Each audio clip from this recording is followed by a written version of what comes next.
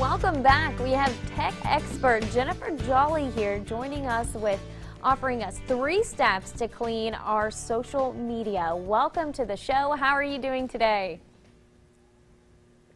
I'm doing really, really well. Thank you so much for having me. Well, we are so glad to have you today. I know when we think of spring, we think of maybe cleaning our houses and getting all the grime out of the house, but with social media being so big, it's really important to get a jump on cleaning out your social media. How do you go about doing that? Well, considering that most of us spend more than 5 years of our lives scanning social media, it is critical to do some serious spring cleaning of our social media outlets and our online homes. So starting with Facebook, most popular, also most scrutinized social media outlet on the planet right now due to that data leak by Cambridge Analytica and ensuing controversy. As a result, Facebook has rolled out a string of new privacy and anti-abuse measures. Ultimately, they are good for us, but can be really confusing, especially if you've never touched your Facebook settings before.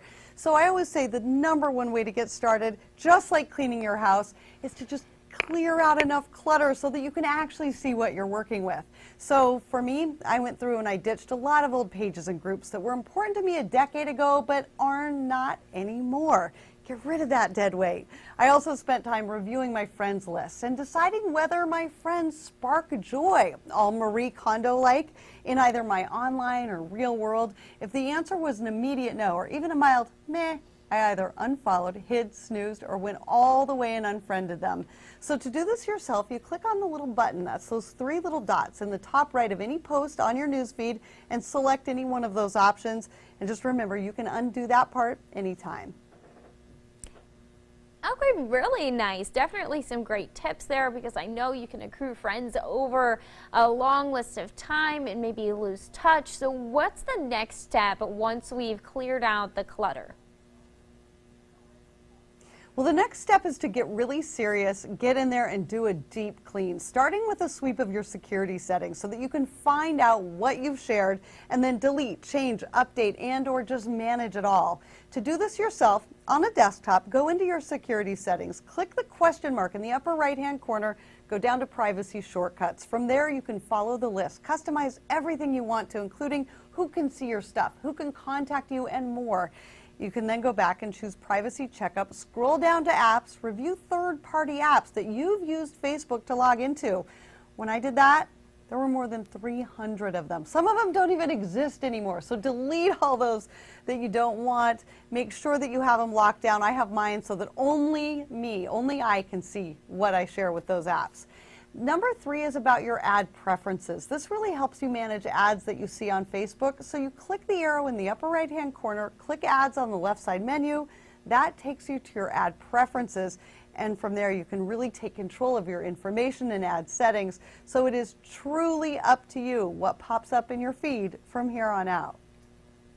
Certainly important to make sure you know what's going on with your social media, especially with this day and age. And you can do this with other sites as well, as far as Instagram and Twitter, similar processes there. Absolutely. You know, one of the things that this Facebook controversy did for me was make me go back and check my Twitter settings, my Instagram settings, my LinkedIn, YouTube, all of that.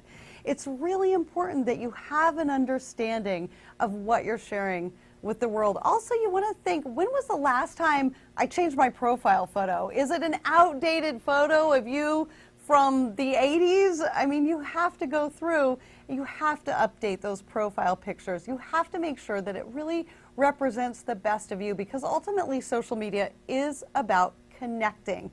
It's a two-way exchange of ideas.